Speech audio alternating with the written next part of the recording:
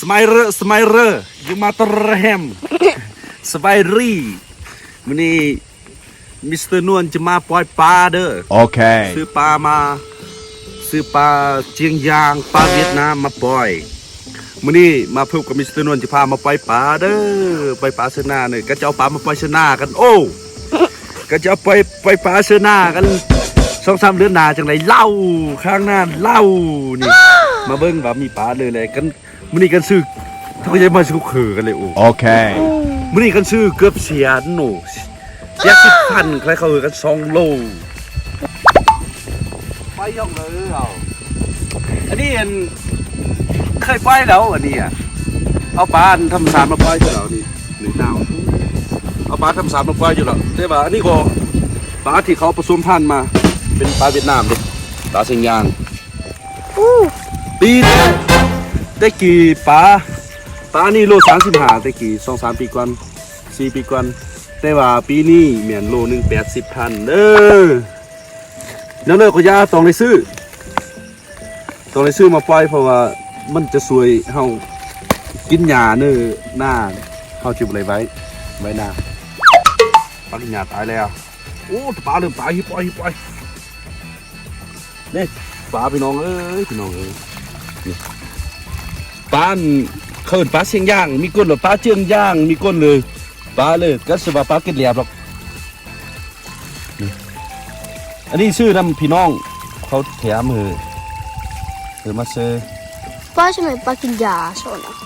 เอามึงเนอว่าจะได้ไปเลยเนอลงไปเนออยู่เท้าอยู่แกเนอโอเค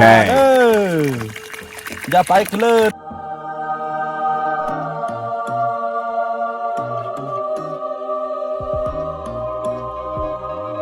โอ้ตายอับรอดโอเคเฮ้ปลาชิงยามันบอกแข็งแหงนี่โอ้ตายสิเพราะนั้นขี้ใบเลยมานี่คือปลาขนาดปลานี่เราเขาค้างมา10 ปลานั่น3 อันนี้เขาค้างมาปลานี่3 เดือนเบิ้งก็ได้3 เดือนเราวนมาเบิ้งว่ามันกินเยอะไปเลย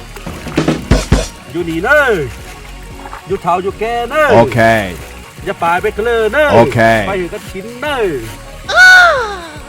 ก็ว่าเบิ้งเดือนนี้เดือน5 เดือน6 เดือน7 เดือน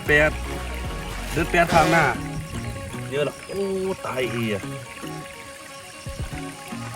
สู้จะตายแม่ย่องเจน้ำเลยเดี๋ยวจงฟื้นคืนชีพปลาที่ตายไปแล้วก็เหมือนคนที่ไม่ฟื้นขึ้นมาอีกแล้วปลาติดต้องเหลือ2 โล80,000ก็ถือว่าเป็นโล40ปลาธรรมศาสตร์ก็มาปล่อยหรอปลานิ่มปลานั่นซื้อข้างหนองหนองมันนั่นหนองบ่มีน่ะเอาข้างหนองมาปล่อยซื้อได้ว่ามื้อนี้ก็ได้2 โลมาตึมซื้อเบิ่งว่ามันจะอยู่ปานเลยบ่ระดับน้ำปานนี้แหละอยู่ถ้าว่ามันอยู่มันจะตีออกมันอยู่ห่วยอยู่เด้อเจอกันเด้อเดือน8 เดือน9มากินปลาด้วยกันเด้อสู้เด้อสุบาเด้อมาเอาปลากันเด้อทางหน้าสุดที่เหล้า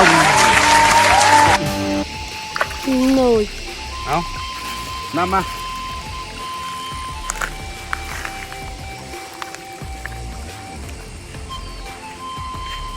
ไปดีไหมไปดิอยู่ถ่ายอยู่แกเนอคนหนาบอบบี้มักว่าอยู่ถ่ายอยู่แกเอาหายเศร้าหน้าเอาขึ้นเยอะออกไหมคนน่ะค่อยๆเนอะบาดมือโอ้น้ำมันห้อนนะเนาะ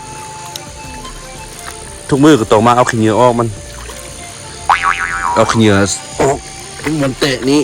น้ำจังออกไปโอ้น้ำมันห้อนปลาปตายบ่แต่ว่าอยู่เตออุ่นเนาะตัวเย็นหนูอยู่เตอเย็นเนาะปลาพิมพ์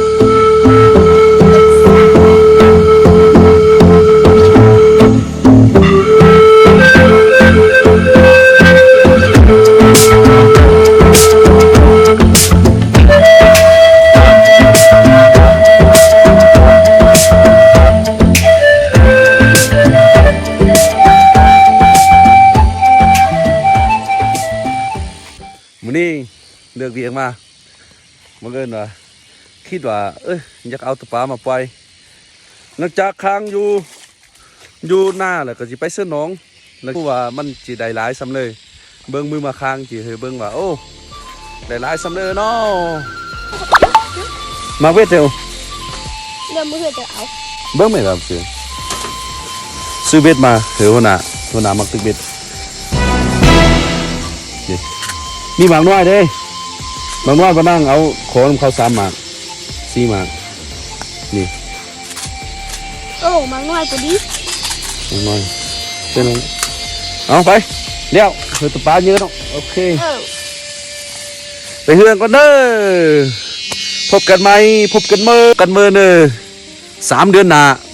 หลังจากค้างหน้าแล้วก็สิเฮเบิ่งว่าตัวปลาเติบปันเลยแล้วโอเคมื้อนี้ไปก่อนบ๊ายบาย บ๊ายบาย โอเค good